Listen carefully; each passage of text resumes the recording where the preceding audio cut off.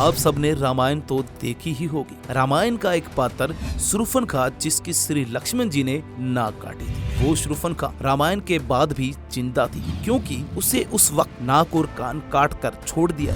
नाक कान कटने के बाद शूर्पणखा अपने चेहरे को काले कपड़े से ढक कर रखने लगी थी क्योंकि काला रंग राक्षस जाति का प्रतीक माना जाता था। दोस्तों, ये शूर्पणखा के वंशज ही आज इस्लाम धर्म के मुस्लिम लोग हैं। श्री राम जी द्वारा रावण के वध के बाद रावण के कुलगुरु शुक्राचार्य के आश्रम में शूर्पणखा चली गई थी।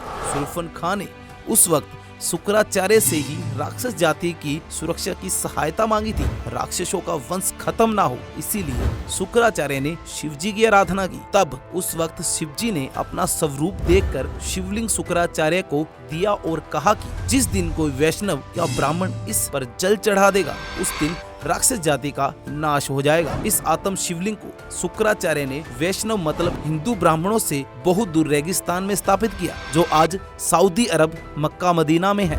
दोस्तों, यह मक्का पहले मक्केश्वर के नाम से जाना जाता था, फिर बाद में इसे इस्लामों द्वारा मक्का मदीना नाम दिया गया। दोस्तों, यहाँ पर हिंदुओं का जाना इसी वजह से मना है और इसी वजह से मुस्लिम लोग इस शिवलिंग को पत्थर मार कर खंडन करते हैं। शिवलिंग के पास ही पवित्र पानी का स्रोत भी है जिसे जमजम का पानी कहा जाता है। दोस्तों, आपको बता दें, मक्का को काले रंग से ढका गया है क्योंकि काला रंग राक्षस जाति का प्रतीक होता है। दोस्तों, जैसे शूर्पणखा अपने चेहरे को ढक कर रखा करती थी, वैसे ही उनकी वंशज की औरतें यानी मुस्लिम औरतें आज भी अपने चेहरे को काले रंग से ढक कर रखती हैं। शुक्रवार को जुम्मा भी शुक्राचार्य के नाम के शब्दों को लेकर शुक्रवार के दिन ही मनाया जाता है। आइए दोस्तों, अब हम जानेंगे इस्लाम कैसे पैदा हुआ। असल में दोस्तों, इस्लाम कोई धर्म नहीं है, यह एक मजहब है और एक दिनचर्या है। मजहब का मतलब होता है अपने कबीले के गिरोह को बढ़ाना। ये बात आप सब जानते ही हो। दोस्तों, हजरत मोहम्मद अरबी बासी थे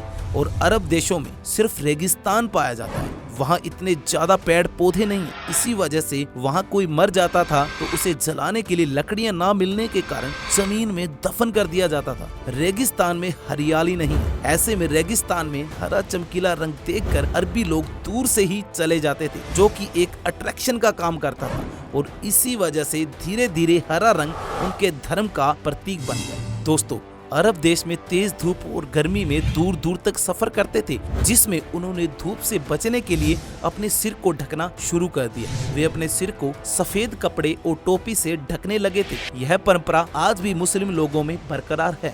दोस्तों, अरब देशों में हरियाली और अनाज न होने की वजह से यहाँ के लोग जानवरों को काट कर खाने लगे थे, जिसे इन्होंने कुर्बानी का नाम दिया था और इसी कुर्बानी वाले दिन को मुस्लिम समुदाय के लोग आज भी बड़े चाव से मनाते हैं। सब लोग एक ही जगह खानाबदोश हुआ करते थे, जिसमें उनके कबीले की जनसंख्या बहुत ही कम थी, इसीलिए वो आपस में ही अपने भाई बहन से शादी कर लेते थे। जनसंख्या की कमी को दूर करने के लिए वे 4-4 पत्नियां रखते थे और ज्यादा से ज्यादा सभी पत्नियों से अधिक बच्चे पैदा करते थे, जो आज भी कहीं कहीं मुस्लिम समुदाय में ये रिवाज चल रहा है। दोस्तों, रेगिस्तान में पानी की कमी की वजह से ये लोग दूर दूर तक पानी के लिए निकल जाते थे और इसी वजह से ये लोग पूरी दुनिया में फैल गए।